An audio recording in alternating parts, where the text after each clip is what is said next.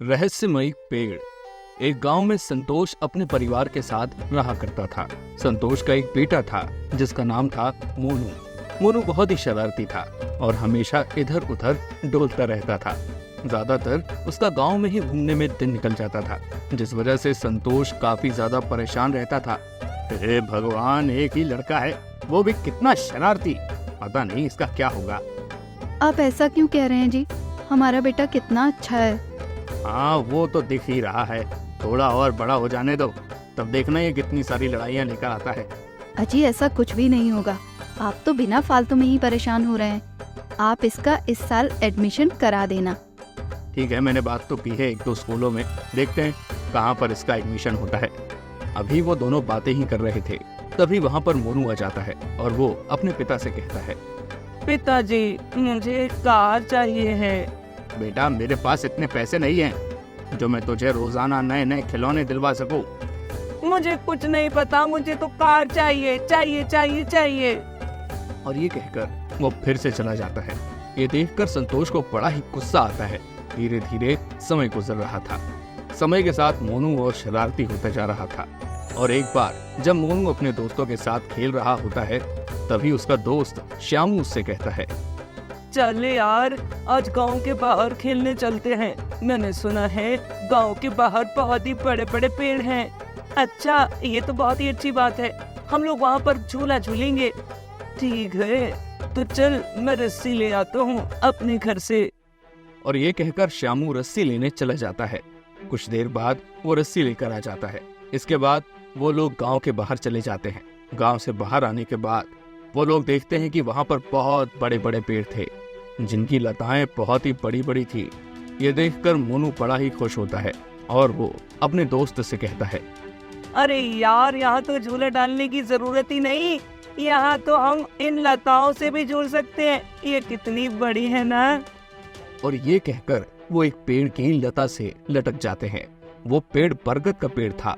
जैसे ही मोनू उस लता पर लटकता है, वैसे ही एक आवाज आती है, अरे नहीं नहीं नहीं, मुझे छोड़ो, मेरे हाथों पर मत लटको, मेरे हाथ टूट जाएंगे। ये आवाज सुनकर मोनू और श्यामू घबरा जाते हैं और श्यामू डर की वजह से वहां से भाग जाता है। अब मोनू अकेला ही वहां रह जाता है। अरे नहीं, ये तो बड़ा ही डरपोक निकला। ये मुझे छोड़कर चला गया। कोई बात नहीं, तुम मेरे साथ खेलो। मोनू इधर उधर देखता है, पर वहाँ पर कोई नहीं था। इस पर बरगद के पेड़ ने उससे कहा, अरे मैं बोल रहा हूँ यार, तुम्हारे सामने जो बरगद का पेड़ खड़ा है, वो जिसकी तुम लता पकड़े हुए हो। ये सुनकर मोनू बड़ा ही हैरान होता है और वो बरगद के पेड़ से कहता है, पर तुम बोल कैसे सकते हो? मैंने तो आज तक पेड़ को बोलता ही नहीं देखा है। क्योंकि मैं एक रहस्यमयी और जादुई पेड़ हूँ। तुम जो भी मुझसे मांगोगे तुम्हें वो मिल जाएगा।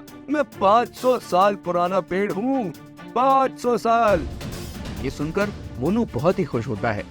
वो तो बहुत ज्यादा शरारती था ही, तो उसके दिमाग में शरारत दौड़ने लगती है और वो बरगद के पेड़ से कहता है, मुझे एक बड़ी सी कार दे दो, मैं उससे खेलना चाहता हूँ। अरे बस इतनी सी बात है, लो अभी आ गई कार।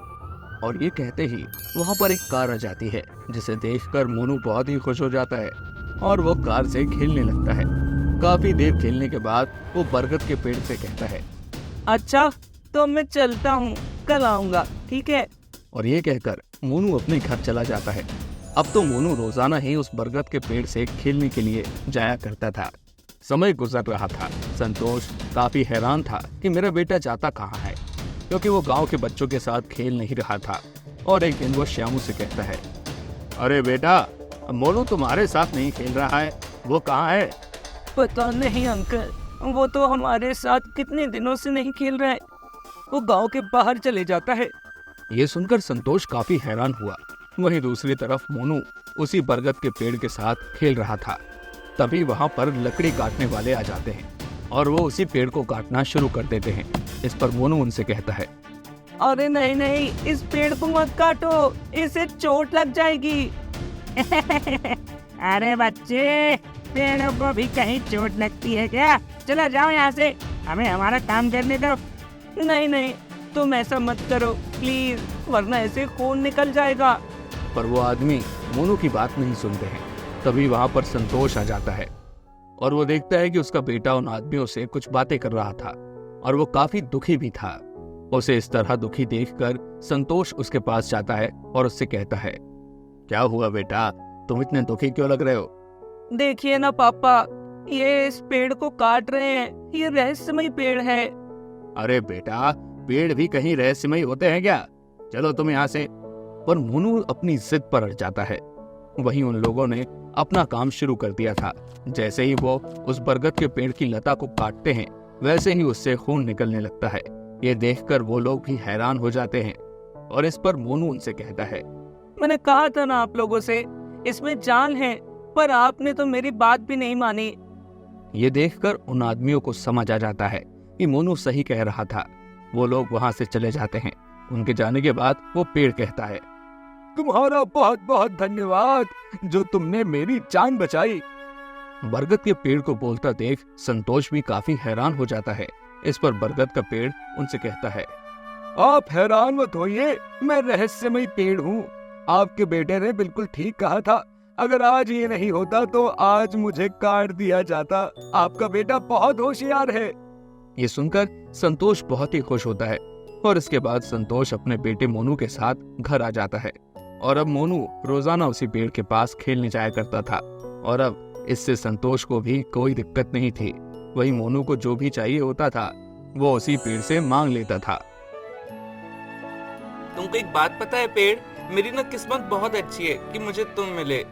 अरे मेरी भी किस्मत बहुत अच्छी है कि मुझे तुम जैसा यार मिल गया यार।